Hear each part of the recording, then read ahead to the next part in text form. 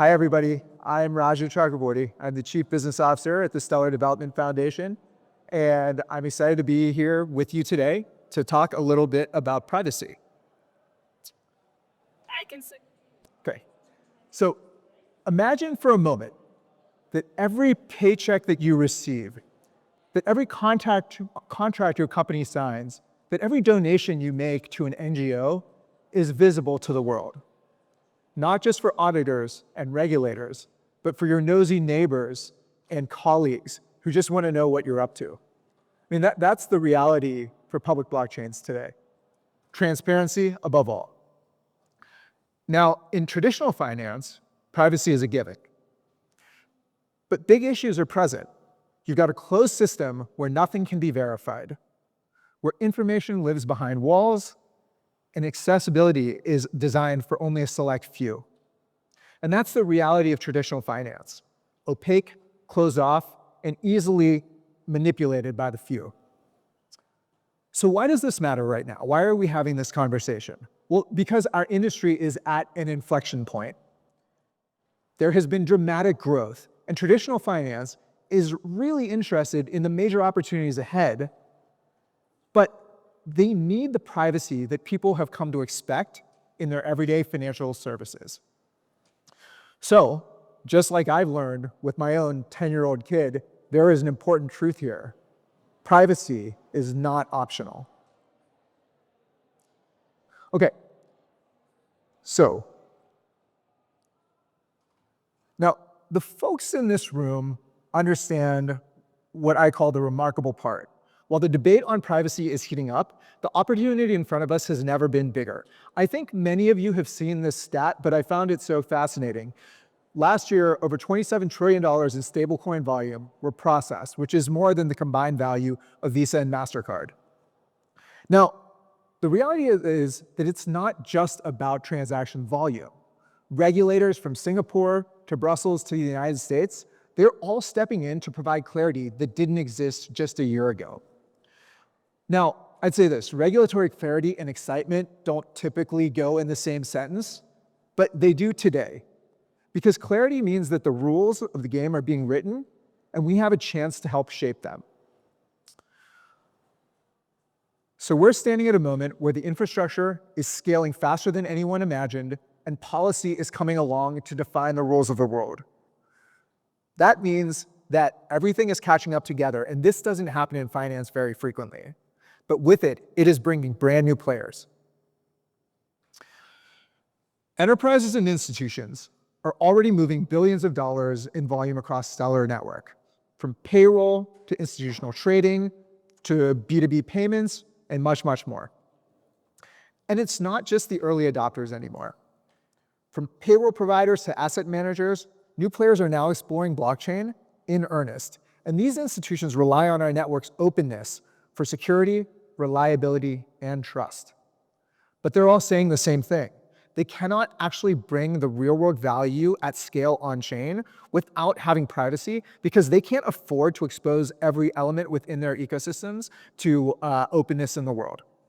So that's why the timing of this conversation isn't an accident. Privacy isn't a side issue, it's actually the next opportunity. And if we get it right, from a blockchain perspective, it will take these opportunities from niche pilots to real-world financial infrastructure at a global scale. Okay, so for too long, privacy and transparency have been kind of framed as opposites, right? At SDF, we actually see it differently. The truth is, we need transparency and we need privacy. Not as competing values, but rather as complementary ones. I'll tell you this: privacy is not the enemy of decentralization. Privacy is actually a catalyst for trust. And trust is ultimately the thing that's going to drive adoption. Now, openness is one of blockchain's greatest strengths, right? It's what makes technology auditable, fair, and trustworthy.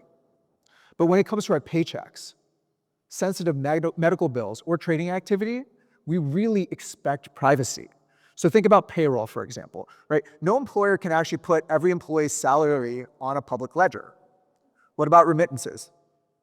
No provider wants to expose every corridor and every counterparty to the world. What about an NGO operating in a conflict region?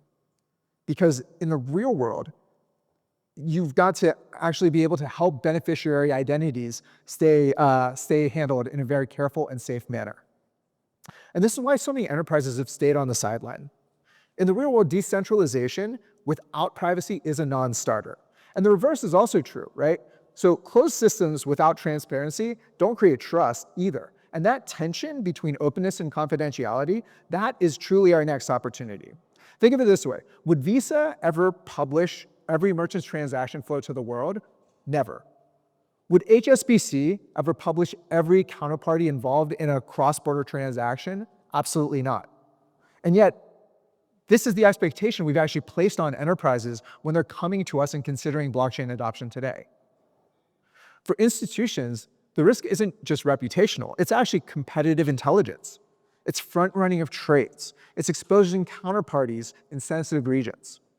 So what we need to do is combine the openness of blockchains with the privacy people expect out of institutions if we want that to actually power everyday financial services, which is what we at Stellar are really focusing on doing. The way forward isn't to choose one or the other, but it's actually to build a system that delivers both.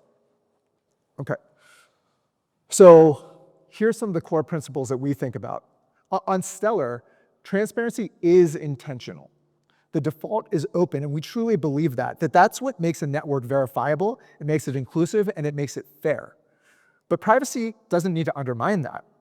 On Stellar, privacy can live at the application layer. And that means developers and institutions can choose when and how to protect sensitive data. And just as importantly, what to keep open and when. So it's not all or nothing. It's opt-in, it's modular, it's contextual. So our approach is anchored in these simple principles. First, transparency is the default. We talked a little bit about this. That's what makes the blockchains verifiable, auditable, and fair. Second, privacy is actually modular. Living at the application layer, institutions and developers have the choice of what to protect and at what time. And then finally, compliance must come first. Because if these tools can't work for regulated entities, we really cannot see scale. So these three pillars, transparency, modularity, and compliance, are what makes privacy not just possible, but actually adoptable. And that design is what's going to give us resilience, composability, and speed. It means developers don't have to sacrifice interoperability to deliver confidentiality.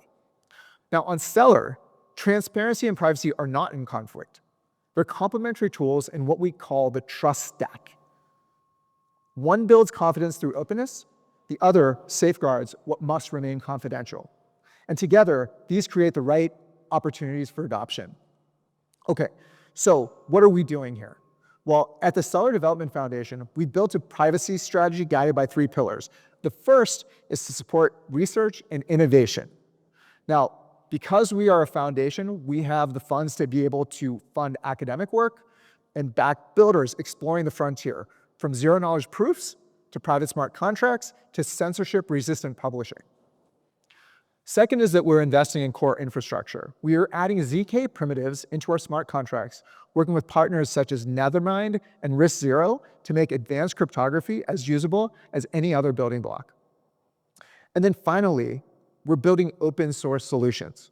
We're contributing directly to prototypes like confidential tokens, exploring selective disclosure through view keys, and working with industry peers in the Confidential Token Association to create new standards. And this isn't happening in isolation. The Stellar ecosystem is already building. Projects like Moonlight are building non-custodial privacy layers.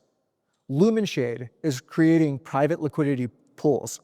And Human Tech is exploring cryptography that strengthens both security as well as integrity. Now, these aren't experiences in a lab. They're actually live builders who are backed by the Stellar Community Fund, which I think is one of the absolute top funds out there. Please come check it out. Along with research grants, turning that theory into actual practice. Now, that's the power we believe in an ecosystem-based approach. We're not just creating technology, but we're actually cultivating adoption by talking to builders and encouraging them to build these types of projects.